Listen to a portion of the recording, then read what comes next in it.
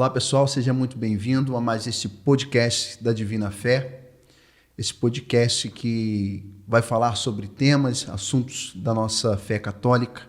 Te convido mais uma vez a sentar aqui conosco para participar. Eu me chamo Guilherme Khaled e estamos aqui hoje para falar sobre um tema muito legal, um tema muito interessante, uma raiz que tem na nossa igreja que nos ajuda a viver uma experiência muito boa com o Espírito Santo. Como sempre, nós temos um convidado para falar sobre o assunto. Vou passar o microfone para ele para que ele possa se apresentar. Meu irmão, seja bem-vindo, o microfone é seu, se apresente. Então, meu nome é Reinaldo, mas todo mundo me conhece como Naldinho, né? E eu faço parte da Renovação Carismática Católica, sou do grupo de oração Nossa Senhora de Pentecostes. Já há pelo menos aí 30, 35 anos que eu participo do grupo de oração, né? Tenho 41 anos, né? A gente não gosta muito de falar a idade, mas revelando aí. 41 anos eu já participo aí desde os meus 8, 9 anos, tocando violão, né? No grupo de oração e participando da Renovação Carismática Católica. Sou dali da pequena cidade de Areal, né? Enfim, estamos na caminhada aí. Nesse tempo, faço parte do Conselho Diocesano como membro convidado e também faço parte do Conselho Estadual como primeiro secretário da RCC aí no estado do Rio de Janeiro. Legal, seja muito bem-vindo, Naldinho. A gente está bem servido aqui para falar sobre a renovação carismática católica. Muitas coisas que as pessoas ainda criam uma certa barreira por não conhecer e às vezes até medo de visitar. E hoje a gente vai ter essa oportunidade de aqui com você, a gente tirar algumas dúvidas, né? Então, meu irmão, hoje a gente vai conversar um pouquinho sobre a renovação carismática e um papo legal, né? Um papo que vai ser esclarecedor para muitas pessoas, porque a gente entende que muita gente ainda tem barreiras quanto à renovação carismática. E é isso, né, meu irmão? Assim, você conte pra gente um pouquinho da renovação carismática, né? O que é a renovação carismática, como que ela surgiu, onde ela surgiu? Então, renovação carismática hoje, ela completa aí, neste ano, 56 anos de existência, né? Um teólogo chamado Antônio Rui Marim escreveu um livro chamado O Grande Desconhecido, tratando da pessoa do Espírito Santo. Também São José Maria Escrivá tratava o Espírito Santo como o grande desconhecido. Porque realmente durante alguns séculos na igreja, a pessoa do Espírito Santo ficou desconhecida. A gente pega a história da igreja, eu como também professor de história, né? A gente pega como a história, claro, de modo geral, mas eu procuro me aprofundar principalmente até porque a história da igreja faz parte da história geral. Você vê que não se fala muito do Espírito Santo, não se tem tratados sobre o Espírito Santo. Tem um santo aqui e outro ali. Então, durante muito tempo se ficou o Espírito Santo como realmente, de fato, um grande desconhecido. Até que, no final do século XIX, o próprio Espírito Santo desperta no coração de uma irmãzinha chamada Helena Guerra, né? Uma ousadia que era escrever para o Papa da época, Leão XIII, que a igreja precisava despertar para a presença do Espírito Santo, para a pessoa do Espírito Santo. E ela escreve ousadamente, né? Imagina, escrever para o Papa pedindo isso, mas ela foi ousada. Começa a escrever, ela escreveu aí 13, 14 cartas, né? Eu tenho até o livro lá, Escritos de Fogo, né? Dizendo, santidade, a pessoa do Espírito Santo, né, anda um pouco desconhecida na igreja, precisa-se isso e tal, e o Papa escreve uma encíclica em resposta a ela do Espírito Santo e pede também que se faça a novena, aí que acho que é a grande chave, a novena de Pentecostes. Na realidade, a única novena instituída por Cristo, né, e uma das novenas que é a primeira de todas. E aí pede, e aí se começa, e aí na virada do século XIX para o século XX, na missa ali do dia 31 de dezembro de 1899 para o ano de 1900, o Papa consagra o século XX ao Espírito Santo. Essa foi uma grande inspiração de Deus no Santo Padre, o Papa Leão XIII. E a gente vê o que aconteceu no século XX. Duas guerras mundiais, tantas revoluções que mataram tanta gente. Há quem diga que o século XX matou muito mais gente do que todos os outros séculos para trás, depois de Cristo. Mas aí surge também, na segunda metade do século XX, o Concílio Vaticano II. E esse desejo do Espírito Santo também já foi suscitado no Papa que abriu o Concílio Vaticano II, que foi João XXIII. João XXIII, ao convocar o concílio no final, isso tudo está na internet, você pode pesquisar lá, ele diz assim, renova, olha a oração do Papa João XXIII, para abrir o concílio, renova, Senhor, nos nossos dias, como em um novo Pentecostes, a ação do Teu Espírito Santo, como em um novo Pentecostes. Ele dizia, a gente abrir as janelas da igreja para entrar um novo sopro. Bom, o concílio acaba ali em 1965, se eu não me engano, né? E aí, lá em 1967, um grupo de jovens, de mais ou menos 25 pessoas, vão se reunir numa universidade de Duquesne, nos Estados Unidos, né? Na Pensilvânia, numa casa ali da universidade chamada A Arca e a Pomba. 25 jovens, mais ou menos. Entre eles tinham jovens protestantes. Até porque esse sopro do Espírito começou em 1910, mais ou menos, já tem indícios de que alguns irmãos lá nos Estados Unidos de denominação protestante já tinham começado a experimentar esse sopro, né? Então ali eles se reuniam para quê nesses dias? Eram universitários que se reuniam para estudar o livro de Atos dos Apóstolos, pelo menos do capítulo 1 ao 4, e um livro chamado... não me lembro o nome do David Wilkerson, né? Que era um pastor evangélico, agora A Cruz e o Punhal. Um livro chamado A Cruz e o Punhal, que tratava de testemunhos desse pastor vivendo na periferia com algumas pessoas ali. Enfim, se reuniram sem pretensão nenhuma, só estudaram. Mas, um determinado lá, isso aconteceu no dia 17, 18 e 19 de fevereiro de 1967. Só que na noite começou a faltar água, né? Olha como é que Deus é, né? Começou a faltar água e ali estava muito frio, né? Algumas pessoas dizem, e acabou que aquele cano, aquela tubulação que vinha água congelou, né? Então não tinha água. O que eles iam ter que fazer? Ir para casa. Como é que vai ficar ali um grupo de jovens, pessoas... E eles começam a clamar água. Olha que interessante. Eles começam a clamar água aquele final de semana. E aí vai um por um na capela. David Mangum é algum deles. Pat Mansfield, alguns nomes assim mais conhecidos. E um por um se encontram naquela capela. E eles começam a sentir, sem pretensão nenhuma, sem ficar a sentir, a ter uma experiência. Uns começam o que a gente na renovação chama de orar em línguas, né? Uns começaram a falar outras línguas, não sabiam nem o que era aquilo. Outros tiveram a sensação física de leveza. E ali eles experimentaram isso pela primeira vez. A partir disso, começou a se difundir. Olha, aconteceu isso, aconteceu aquilo. Aí outras pessoas começaram a se reunir. E aí a gente conta como o marco inicial da RCC, 1967. Esse evento de Duquesne. Tanto que todo 16, 17 de fevereiro, a renovação celebra, inclusive lá em Duquesne, na Casa da Arca e a Pomba, esse evento. Então, a partir daí começou-se, né? Começou muito estranhamente, muitos padres, claro, estranharam, bispos, até o Papa, mas... O Papa começa a se reunir lá na década de 70 já com a RCC, Paulo VI, né?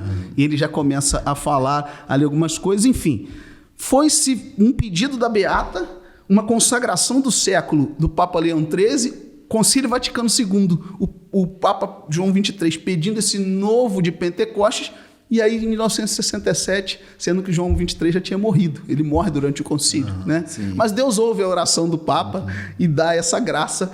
E aí começa a se caminhar até hoje numa história um pouco difícil, né, e tal, muito estranhamente, mas hoje são 56 anos da renovação carismática católica no Brasil, que se tornou um movimento. Não começou como um movimento, mas hoje eu ouso dizer que o Papa Francisco elevou até, não só movimento, ele chama de corrente de graça, né?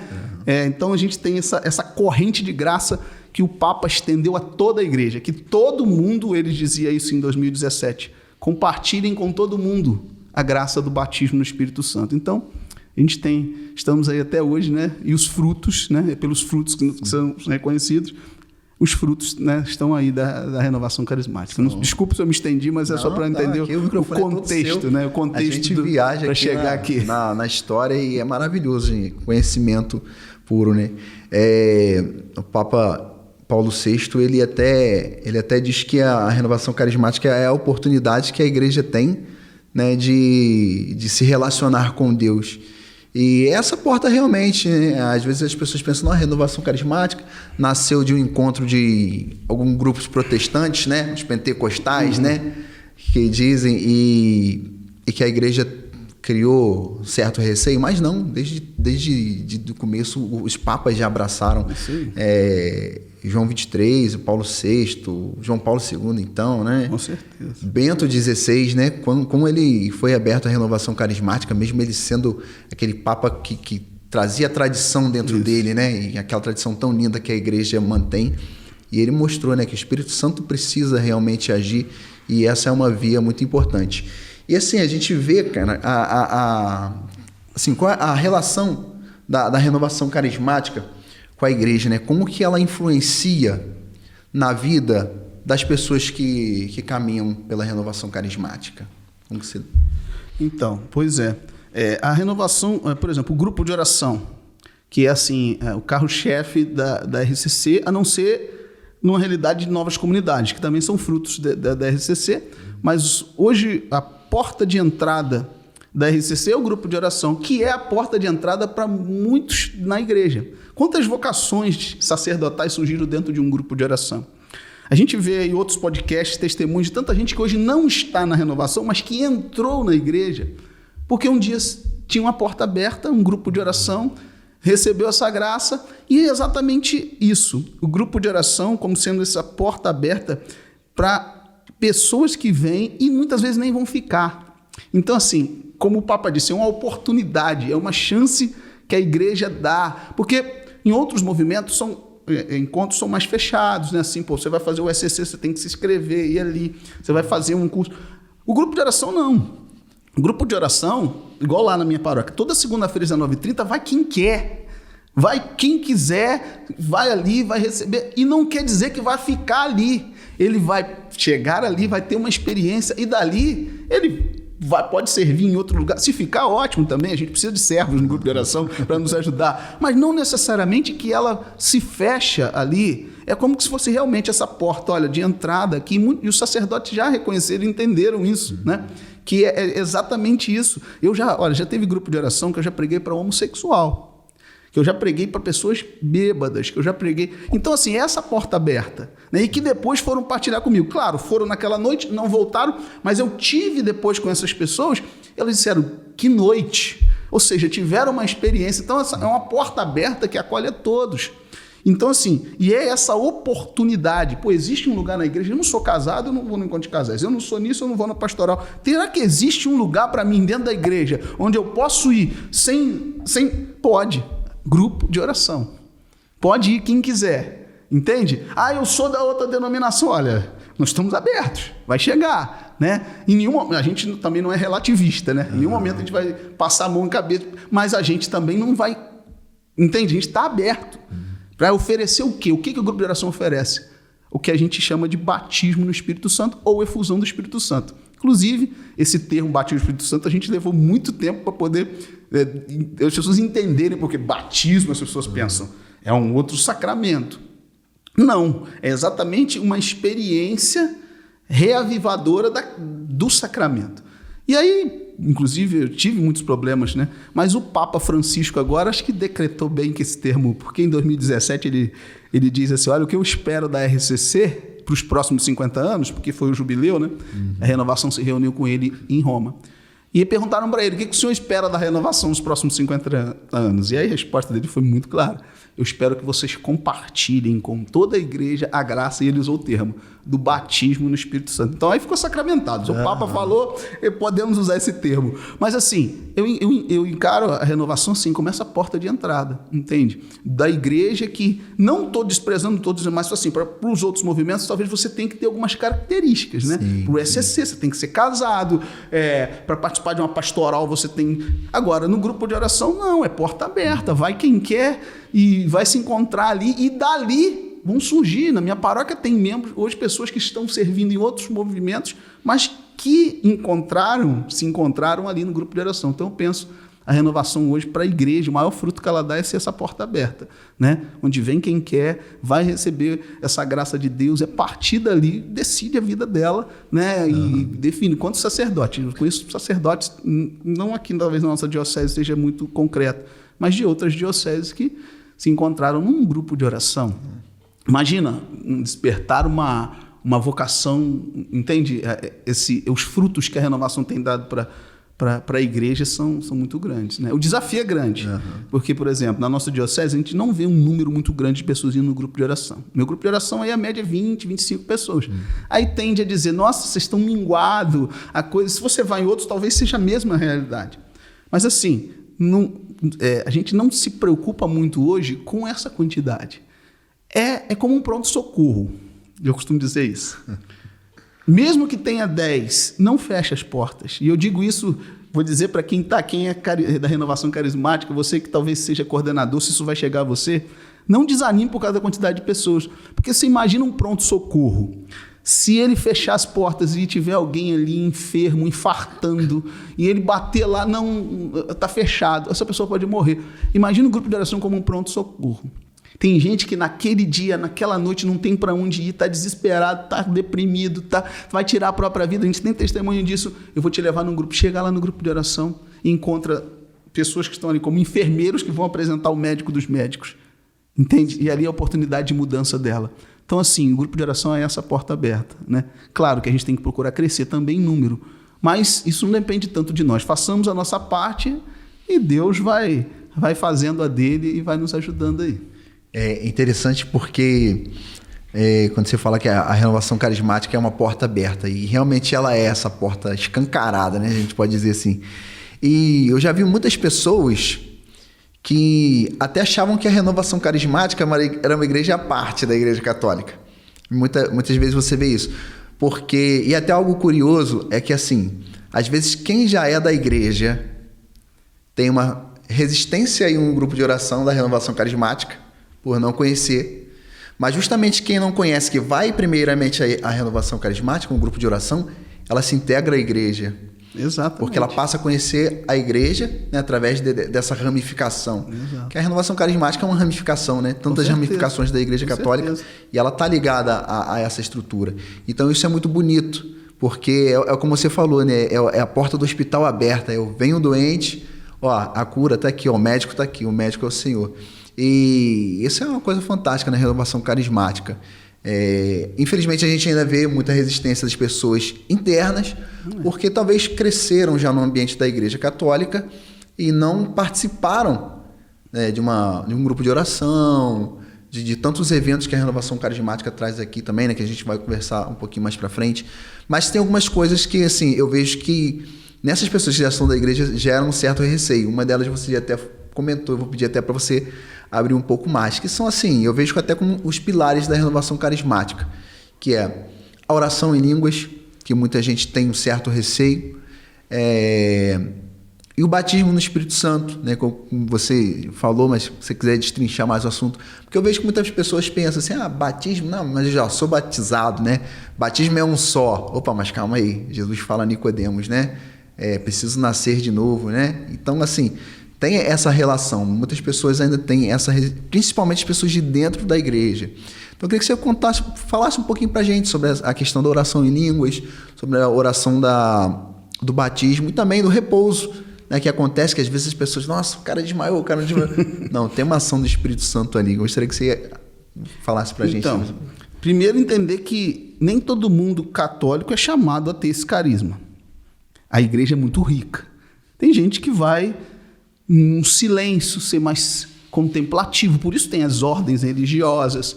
Então isso é bom, não é ruim, porque eu como carismático, seria muita pretensão minha dizer, agora todo mundo na igreja tem que aceitar esse tipo de oração. Claro que não, não é?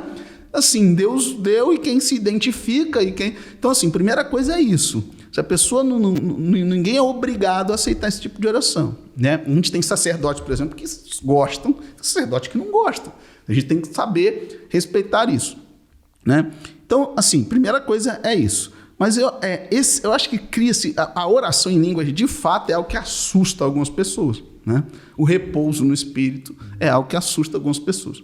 Mas a gente precisa entender que isso precisa acontecer de maneira autêntica, porque também, durante um tempo, a gente vê, 56 anos de renovação, como que se banalizou um pouco oração em línguas e repouso no Espírito Santo. Por isso, no meu grupo de oração, e alguns grupos de oração, principalmente da nossa diocese, não se vê muito mais repouso. Não é porque não quer, é que a gente entendeu que se banalizou muito. Olha, eu já participei lá antigamente, quando eu comecei, de pessoas que chegavam perto de mim e forçavam, empurravam para você cair. Por quê? Porque qual é a ideia das pessoas? Para ser batizado no Espírito Santo, eu preciso sair orando em línguas, eu preciso cair. E hoje a gente sabe que não é isso exatamente. Sim, a manifestação dos carismas precisa acontecer, a renovação carismática católica. Se eu vou num grupo de oração, não tem carisma, né? Eu não vejo profecia, porque a gente fala de oração em língua, mas são 9, pelo menos, os carismas. Profecia, palavra de ciência, palavra de sabedoria, cura, milagres. Se a gente não começa a ver isso no grupo de oração, tem que desconfiar desse grupo, né? Assim, desconfiar que eu digo assim, é carismático ou não? Porque carismático exerce os carismas, mas tem que tomar cuidado para não se banalizar.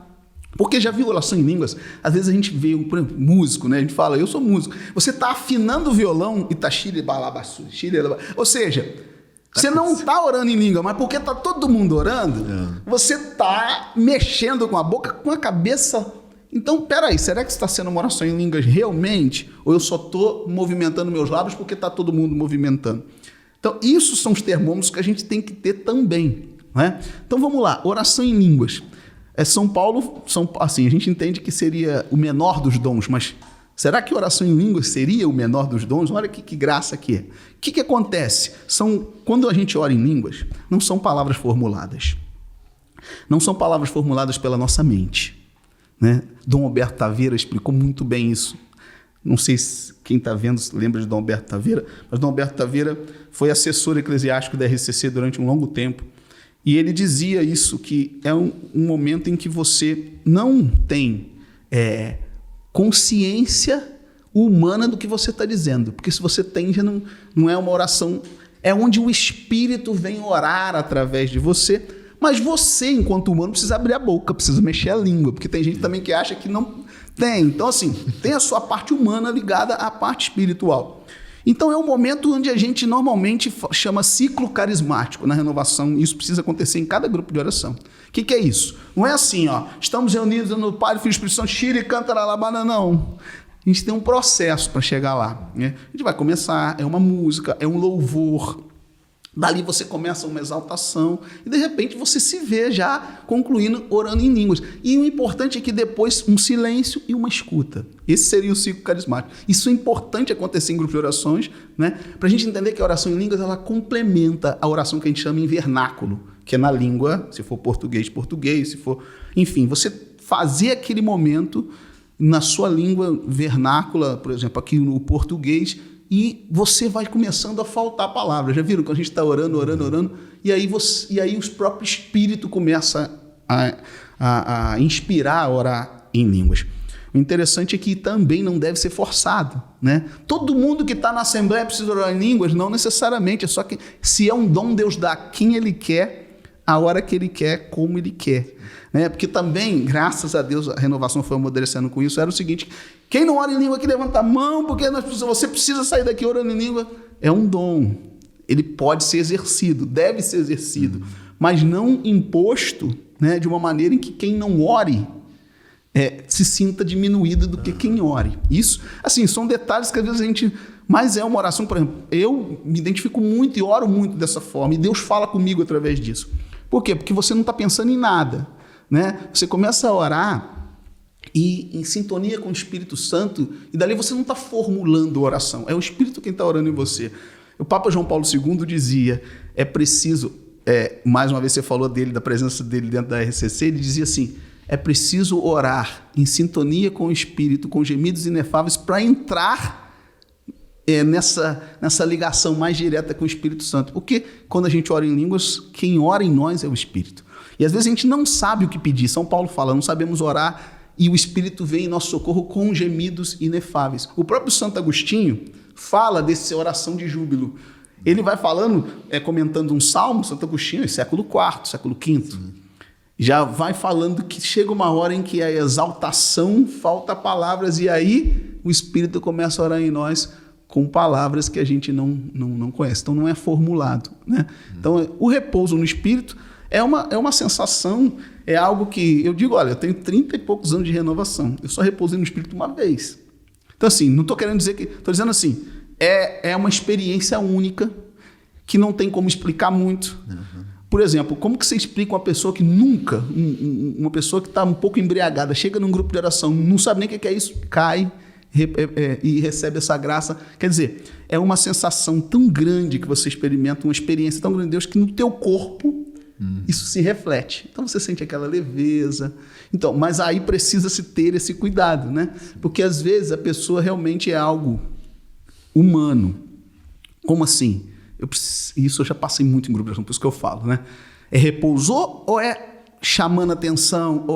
Então, assim, a gente precisa ter muito cuidado com isso e orar e pedir o dom do discernimento dos espíritos. Tem gente que acha que está passando mal, pega água. Já aconteceu no meu grupo de oração, pega água com açúcar. Fala, calma, gente, calma.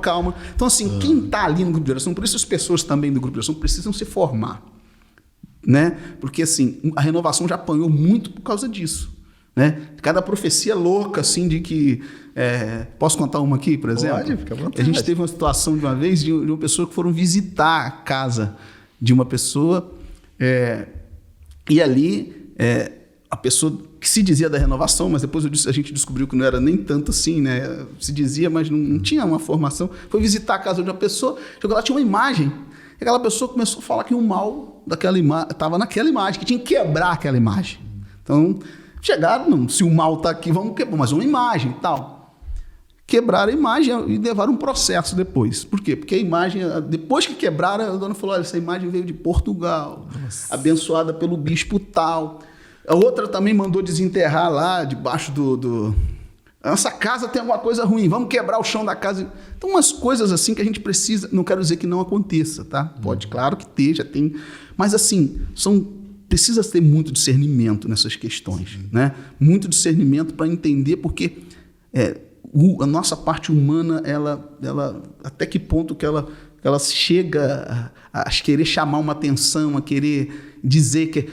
por exemplo, às vezes, já viram assim, a gente fecha os olhos, silêncio, ó, Deus está me falando, me dando sensação disso. Tem gente que fala, como é que vocês são adivinho? Como é que isso acontece? Né?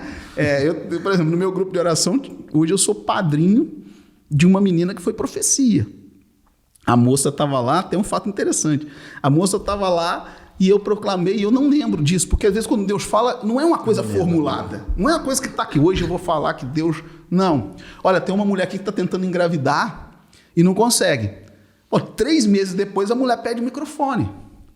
Eu nem lembrava disso. Inclusive, eu tomei um susto, porque ela falou assim, eu estou aqui hoje para dar um testemunho e a culpa é sua, eu estou grávida. Aí eu falei assim, como assim, gente? Eu falei, meu Deus, minha mulher vai me matar. Aí ela, não, deixa eu dizer, há 3 meses atrás eu estava tentando engravidar, não consegui, e você proclamou, está aqui. Hoje eu sou padrinho, a menina está lá, Lavínia, né? Então, você vai vendo que, esses frutos que a gente vai vendo, e os dons são assim, né? A gente precisa do discernimento. Acho que o maior dom com o Espírito Santo que a gente tem que pedir carisma é o discernimento dos Espíritos, né? Para poder justamente ter essa... Mas isso é com o tempo, e com formação e com o tempo. Por isso a renovação apanhou tanto, né? Até amadurecer nesse ponto. Eu me lembro de um rapaz uma vez que disse que rezou o terço em línguas. Olha só que doideira. Eu comecei, eu creio em Deus Pai, xirebando. Eu falei, o que aconteceu? Não, rezei o terço todo em línguas. Eu falei, isso não existe, irmão. Como é que rezou o terço em línguas?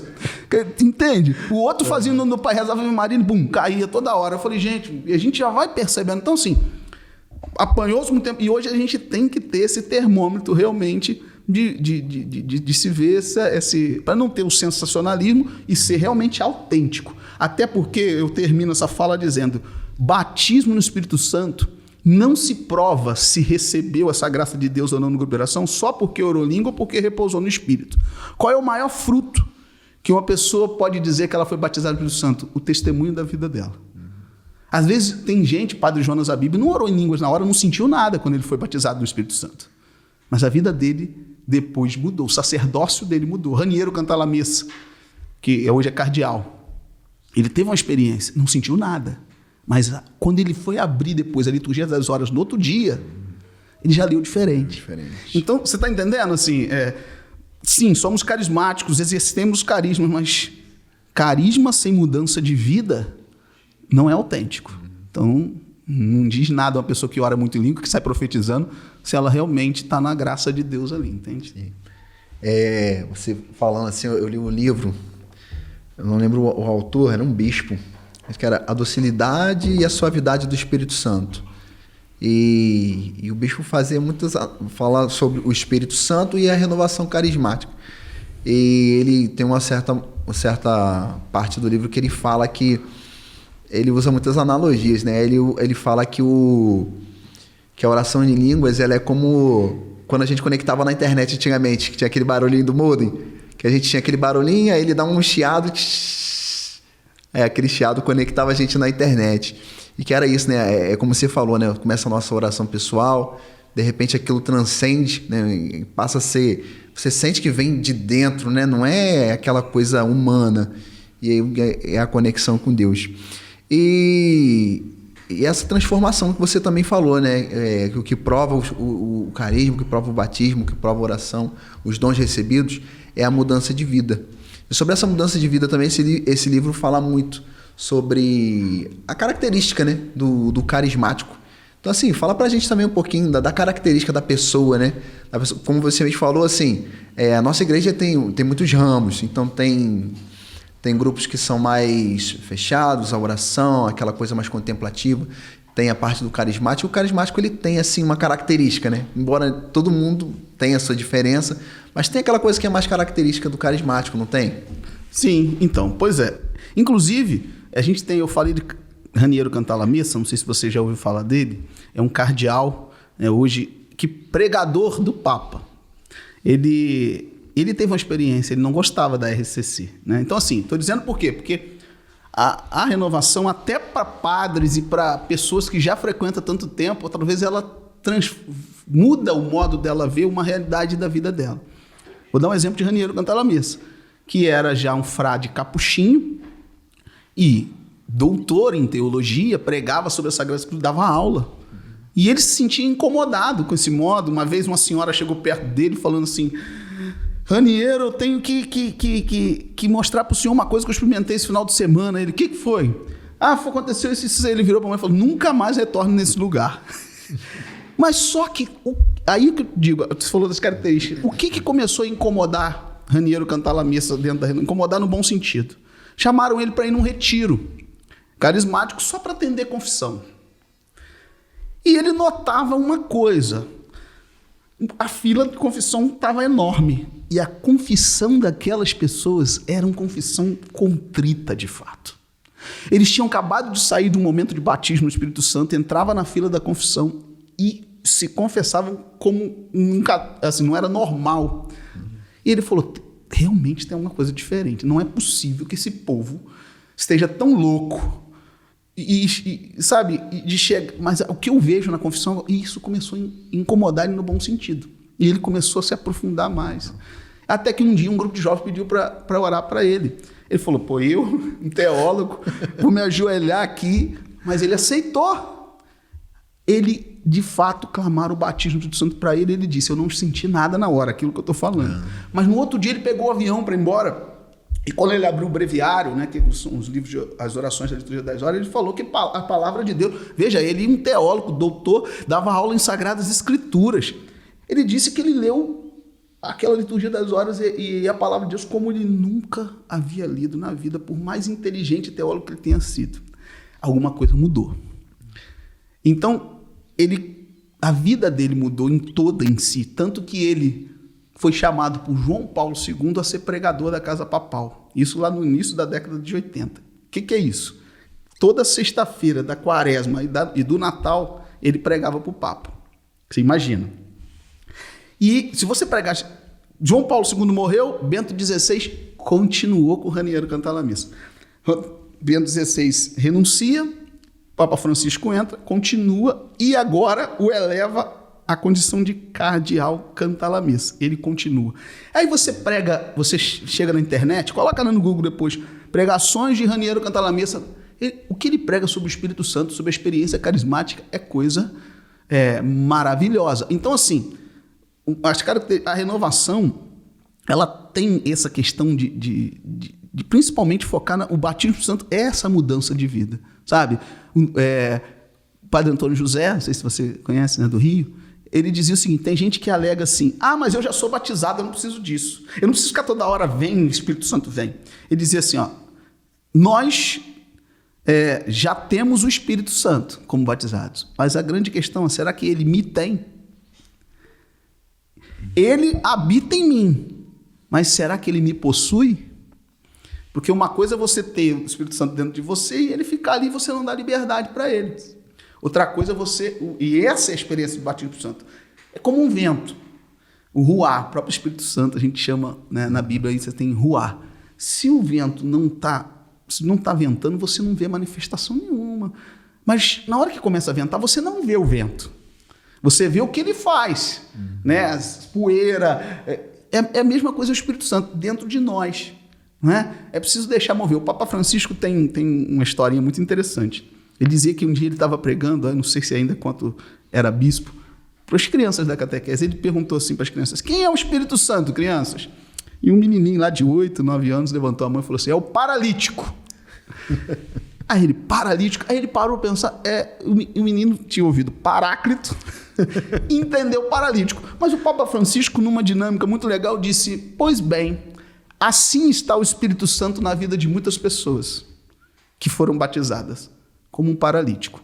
Elas têm o Espírito Santo dentro dela, mas ele não age. Ele está como um paralítico. Não porque ele não queira, não porque Deus não possa. Mas uma vez que ele respeita a minha liberdade, se eu não deixo ele agir livremente, ele não vai fazer nada na minha vida. Quantos batizados a gente conhece que não vivem a sua fé? Possuem o Espírito Santo, mas não deixam ser possuídos pelo Espírito Santo, o Espírito Santo agir. Então a renovação vem fazer isso. A característica é colocar o Espírito Santo em movimento.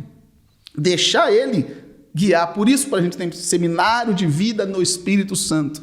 Você falou de Nicodemos, né? Dessa experiência. Quem não nascer de novo, Nicodemos não entende.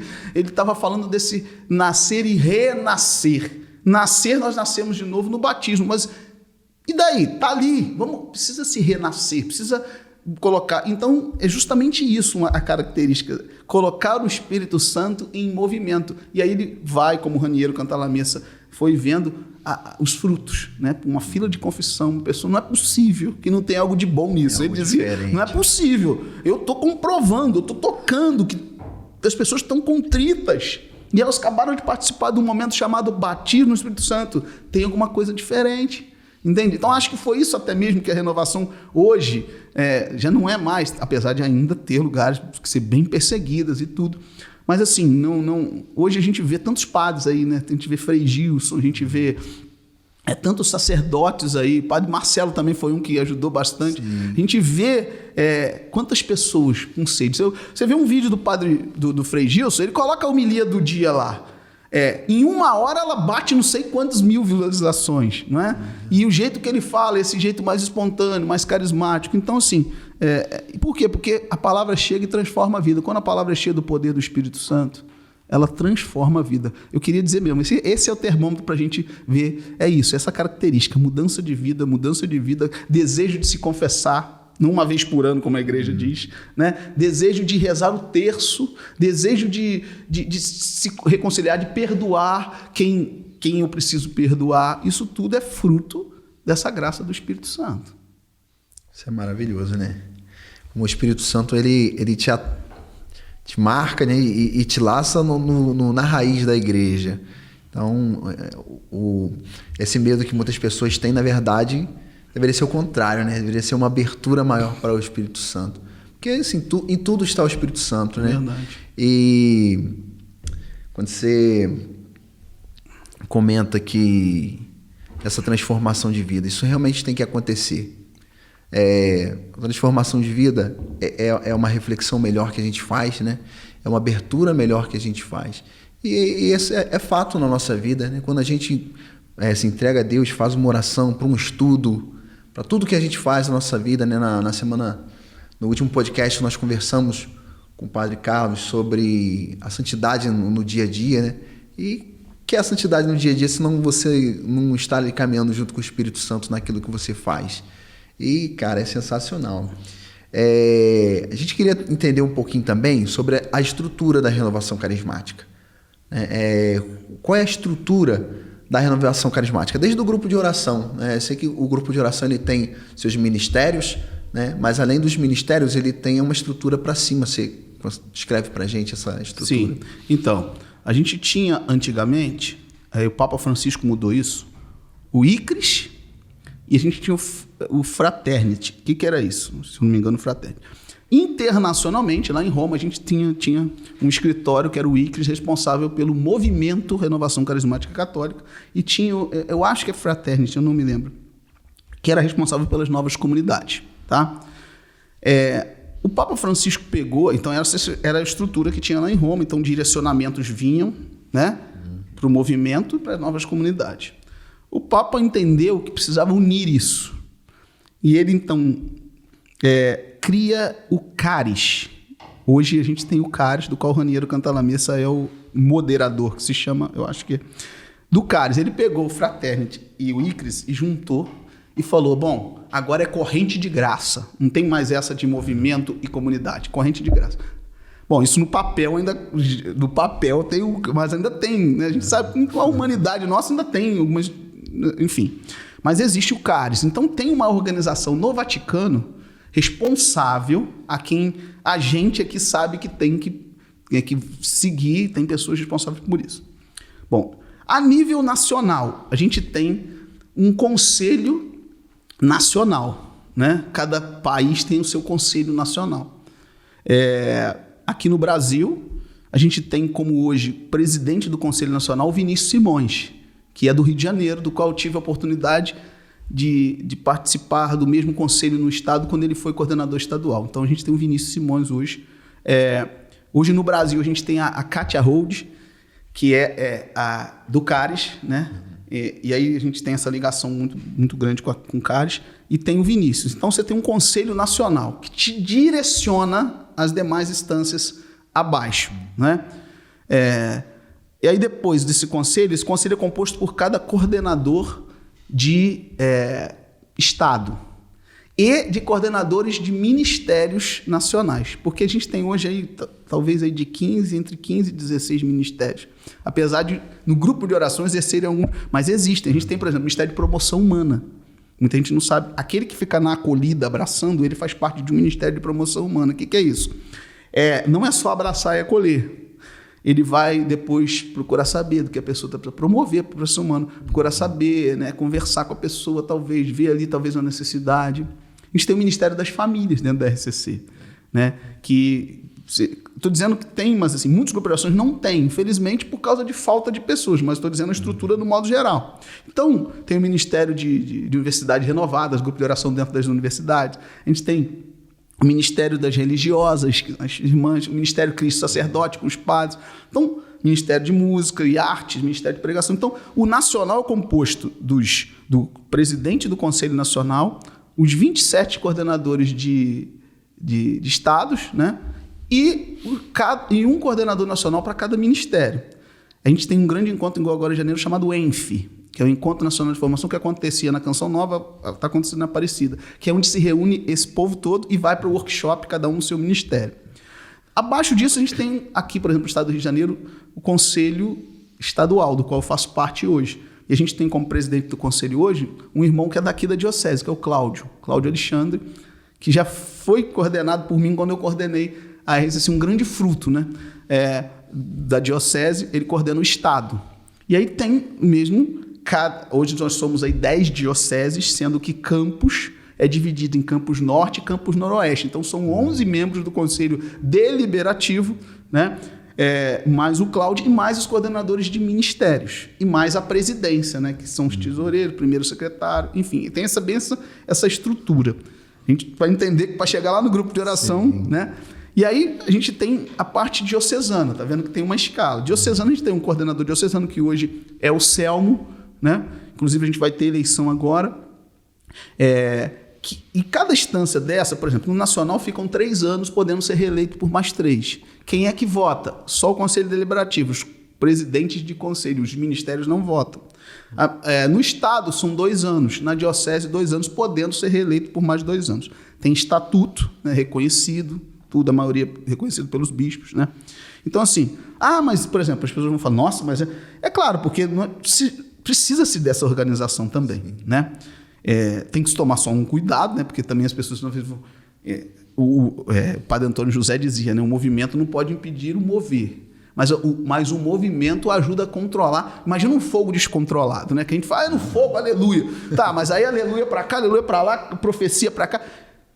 O fogo, se ele não tiver alguém para poder ali moderar, ele se alastra e acaba destruindo. Eu penso que o movimento seria isso, né? Peraí, né? Por exemplo, jamais alguém lá do Nacional, se bobear, vai vir aqui no meu grupo de oração apontar os meus erros, mas eu vou ter direcionamento que vai chegar até aqui embaixo, que vai me fazer, olha, assim funciona melhor, entende? Essa é a estrutura. Aí chegando na diocese, que são 2 anos, você tem ali o conselho e aí você chega aos grupos de orações, que também tem os seus coordenadores e ministérios. Hoje essa seria a estrutura, né? Então, assim, é algo que está ligado lá em cima no Papa, que vai chegando aqui embaixo. Não é um movimento à parte da igreja, nem protestantes católicos que estão ali, né? Padre Paulo Ricardo, né? Uma vez eu escutei dele, o que você pensa da RCC ter começado lá no movimento protestante, ter chegado aqui? Você vê isso com bons olhos? Fizeram uma pergunta meio... E Padre Paulo Ricardo disse, eu acredito no poder que o Espírito Santo tem de catolicizar as coisas. Bonito isso, né? Porque às vezes realmente a gente... vocês são igual protestantes. Você vai num culto protestante dos caras lá, pentecostais, você vai num grupo de oração, parece que é a mesma coisa. Eu falei, às vezes de fato sim, mas aqui a gente tem Nossa Senhora, tem tudo. Então, assim, enfim, catolicizou aquilo que... Olha, o Espírito Santo que agiu lá vai agir dessa forma aqui, tudo com reconhecimento hoje pontifício, reconhecimento do clero. A gente tem aqui na diocese, a gente comentava Dom Gregório, que abraça a renovação, sabe? E a gente está sempre na obediência. A gente já, por exemplo, tem grupo de oração que o padre não quer que ore em línguas. E o que vai fazer? Vai desobedecer? Não vai orar. Alto, no caso. O grupo padre não quer que profetiza. Ok, o que vai fazer? Vai deixar de ter grupo? Não, mas em obediência. Então, a renovação, em obediência a gente não vai, né? Assim, eu fiquei 15 anos sem orar no meu grupo de oração em línguas. E a graça deixava de acontecer? Não. Então, assim, tem essa estrutura para caminhar junto com a igreja para entender o seguinte, nós somos obedientes, vamos ser obedientes. E o Espírito Santo não vai deixar de agir através disso, entende? E essa estrutura ajuda nisso. Porque a gente tem, por exemplo, as apostilas de formação. A gente tem o Ministério de Formação. A gente tem aí... Como é que eu faço, rapidamente?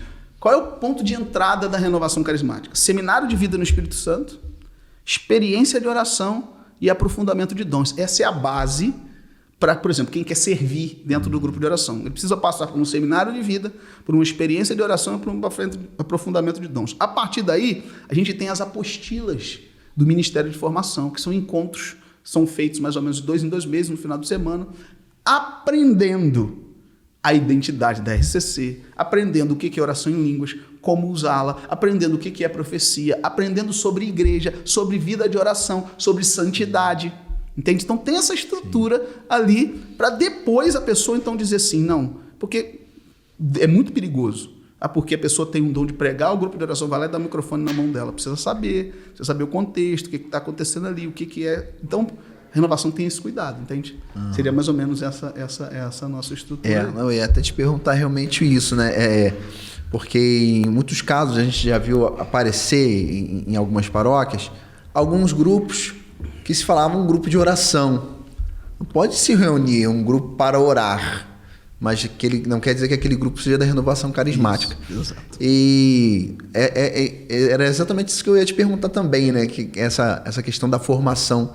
Não é só chegar, eu quero participar. Aí eu toco violão, por exemplo, né? A gente precisa de servos. Mas, opa, calma aí.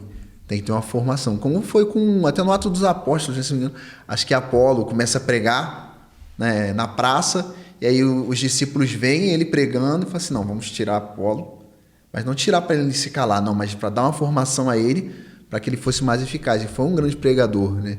E é assim que funciona essa formação, né? Essa formação da renovação carismática. Há quem diga que às vezes muita formação engessa, não sei o quê.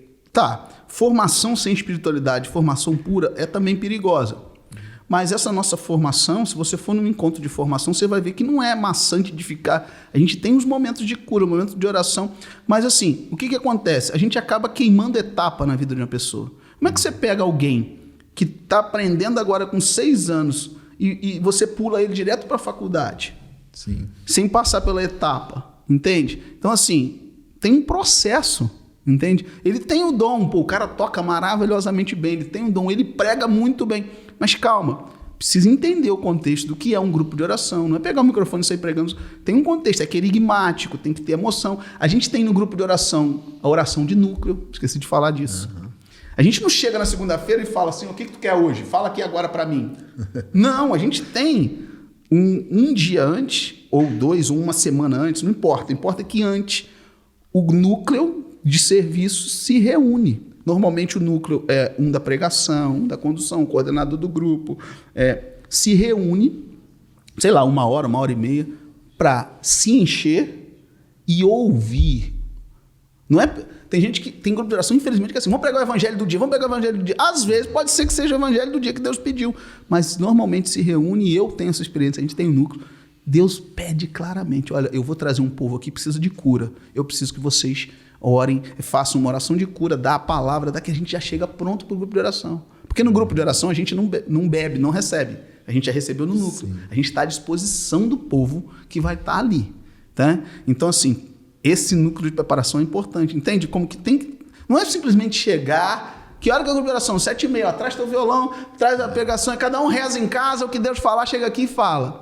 Olha, pode ser, o Espírito Santo também pode fazer isso. Mas em casos a gente urgentes, precisa ajudar, né? O Espírito Santo, né? Assim, ele vai falar em unidade ali, essa unidade precisa ter, entende? Então, assim, por isso também necessidade de formação.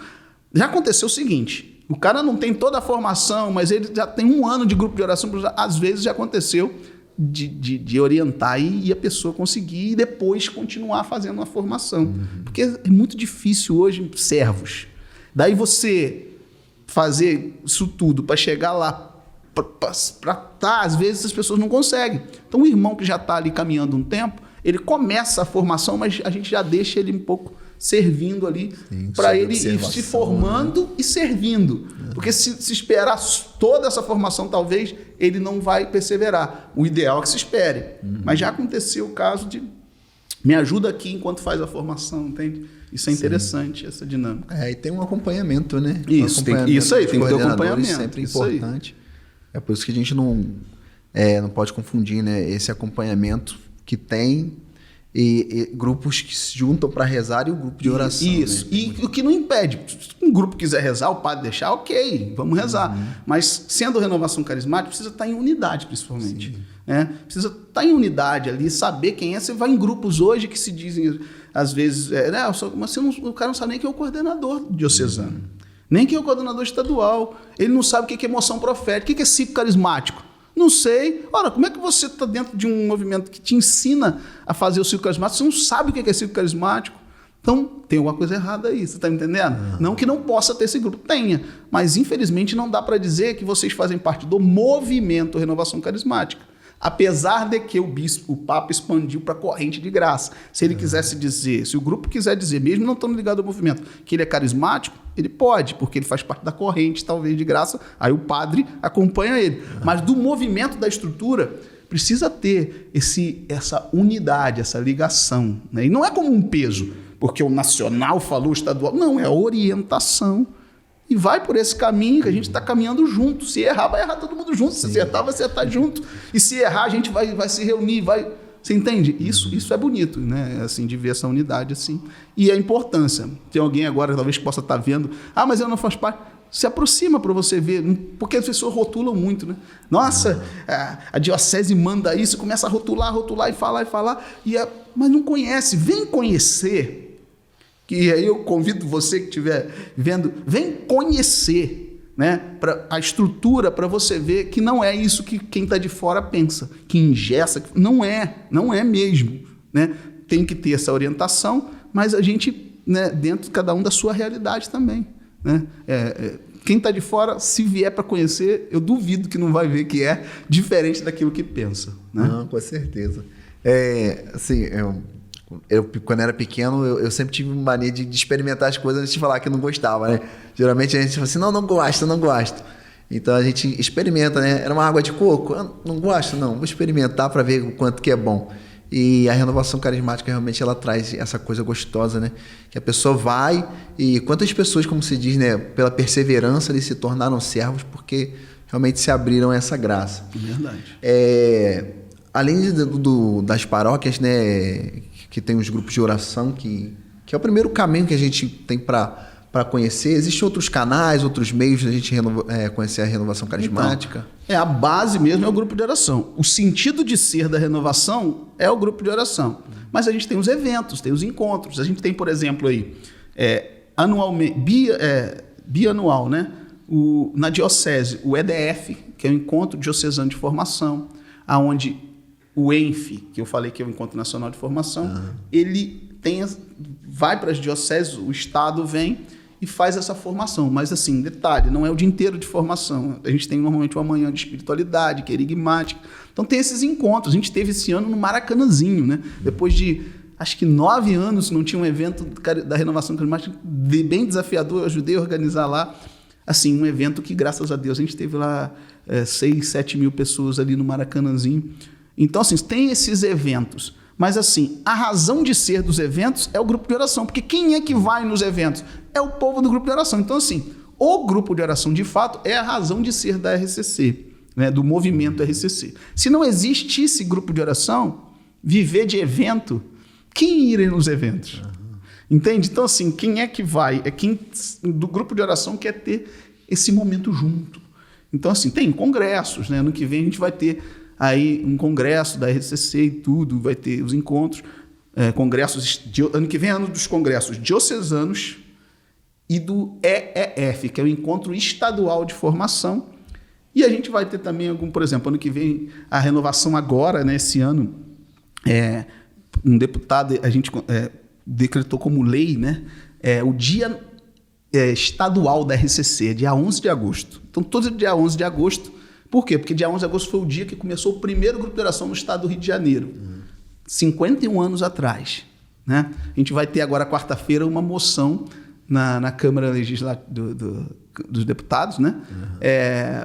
Pelos serviços prestados pelos 51 anos da RCC. Isso é bonito. O reconhecimento até agora na Câmara, né, dos Deputados, na Alerj lá, um reconhecimento pelo trabalho que a renovação fez. Então, olha que bonito. Hoje, até realmente, a parte que nem é igreja em si, a parte Estado, reconhecendo aquilo que foi feito pela renovação e que, se Deus quiser, continuará sendo feito. Então, tem esses eventos, mas os eventos só têm sentido se tiver um grupo de oração. Então, o foco é, de fato, o grupo de oração. Talvez diferente de novas comunidades, por exemplo, né, que eles têm os encontros deles e tudo, para entrar... Entende? Então, assim, a estrutura é um pouco diferente. Então, mas a renovação enquanto movimento é o grupo de oração mesmo. E os eventos são frutos de pessoas, dos grupos de orações. Não tem...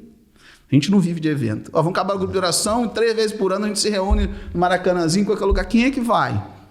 Tem gente... Tudo bem, mas quem vai normalmente é quem começou no grupo de oração ali e sabe, entende? Então, assim, é essa base. Por exemplo, Circo de Jericó, missa, os padres usam isso também, mas eles pedem ajuda a quem? O pessoal do grupo de oração, pelo menos na minha paróquia, né? Me ajuda nisso. Então, sempre se direciona a quê? Quem está no grupo de oração, quem está ajudando no grupo de oração. Então, o grupo de oração é o sentido de ser da renovação carismática, né? Fantástico. Aldinho, a gente precisa concluir essa conversa, mas, cara, que riqueza. Amém. Que riqueza. Agradeço muito a tua participação aqui. Se você quiser acrescentar mais alguma coisa ou dar suas conclusões finais aí, fazer um convite pessoal, fica à vontade. Então, Eu que agradeço, né, essa oportunidade. Eu queria realmente dizer para você que não conhece um grupo de oração, procure um grupo de oração perto de você. Eu sei que o alcance, né, que a internet tem, e eu tenho certeza, já profetizo sobre esse podcast, isso aqui vai chegar muito longe, né? Então, assim, você que ouviu, talvez recentemente ou mais para frente, procura um grupo de oração, você que ainda não tem, né? Para conhecer, pelo menos. Não estou querendo dizer que você vai ter que entrar no grupo e ser servo dele, não. Porque é essa a porta de entrada, né? Se não tem na sua paróquia, se não tem na sua cidade, a gente tem hoje aí muitos lugares que tem. Então, procure. Depois, você que já e está desanimado, volta para o teu grupo de oração, se mantém firme. Não espere ir no grupo de oração quando tem vontade. Costumo dizer isso, né? A gente que é servo de grupo de oração, 30 anos, você pensa que toda segunda que é meu grupo, eu levanto, hoje tem grupo de oração, aleluia, glória a Deus. Não, tem dia que eu falo, cara, não tô com vontade nenhuma de naquele grupo, eu não aguento. Mas vá sem vontade, porque olha, toda vez que eu vou sem vontade, mesmo eu indo lá para servir, para pregar, Deus, eu saio dali diferente, sabe? Eu saio dali, nem que eu não experimentei nada, eu não senti nada, às vezes, porque o meu coração está meio atribulado, eu tenho uma conta para pagar. Eu costumo dizer que carismático tem, tu acha que vai deixar aquela conta na geladeira pendurada, vai chegar lá o Espírito Santo, carimbou pago? Não, cara. Tu vai deixar teu filho doente, vai chegar, ele vai estar doente, mas eu vou assim mesmo. Então vá, mesmo sem vontade, porque o Espírito Santo vai trabalhar. E, enfim, dizer que é maravilhoso ser da Renovação Carismática Católica. Tudo que eu sou, o homem que eu sou hoje, o ministro de música que eu sou, o pregador que eu sou, eu devo a minha vida a isso. A família que eu tenho, sabe? Minha esposa eu conheci dentro do Ministério de Música, né? Rapidamente a história. A minha paleta, olha só, parece até filme, dá para fazer um livro. Eu tocando violão, a paleta cai no chão, a minha esposa canta, ela baixa junto comigo. A gente se encontra, nossos olhares ali. Então, assim, um amor que foi ali dentro de um ministério, dentro da renovação, e hoje eu tenho 3 filhos, sabe? Meu filho também toca violão de vez em quando comigo. Então você vê, tudo que eu sou é graças à Renovação Carismática Católica. E eu vou morrer carismático, e eu acredito que lá no céu vai ter um grupo de oração. Vai, com certeza. Aqui está sendo só um exercício. Fala, vou estar lá, quem vai pregar no meu grupo? Padre Pio, hoje é dia de Padre Pio, né? Padre Pio vai pregar no meu grupo. Santa Terezinha. Claro, brincando assim. Mas aquilo que a gente faz aqui vai ressurgir um dia no céu. Então é isso. Sou muito feliz por ser carismático, renovação. Você precisa conhecer, você que conhece, continua firme e vamos lá, vamos que vamos. Muito legal, meu irmão. Mais uma vez te agradeço. Deus abençoe muito a tua missão, a tua família. E você, né, que nos acompanhou, divulgue também, né, esse meio de evangelização nosso, né, desse podcast, esse episódio tão fantástico sobre a renovação carismática, que tantas pessoas trazem dúvidas em seu coração. Eu tenho certeza que daqui vai sair aquela vontade de quem não conhece de pelo menos conhecer quantas maravilhas acontecem através do Espírito Santo. A renovação carismática é aquela frase, né, que a gente fala para o Espírito Santo: bom dia, Espírito Santo, o que vamos fazer hoje? Estar integralmente o tempo todo com o Espírito Santo. Que Deus abençoe você também, a sua casa, a sua família, e venha conosco sempre caminharmos em busca da doutrina da igreja, do conhecimento da igreja, e até chegarmos ao céu para partilharmos desse Espírito Santo com os santos que lá já nos precederam. Deus abençoe.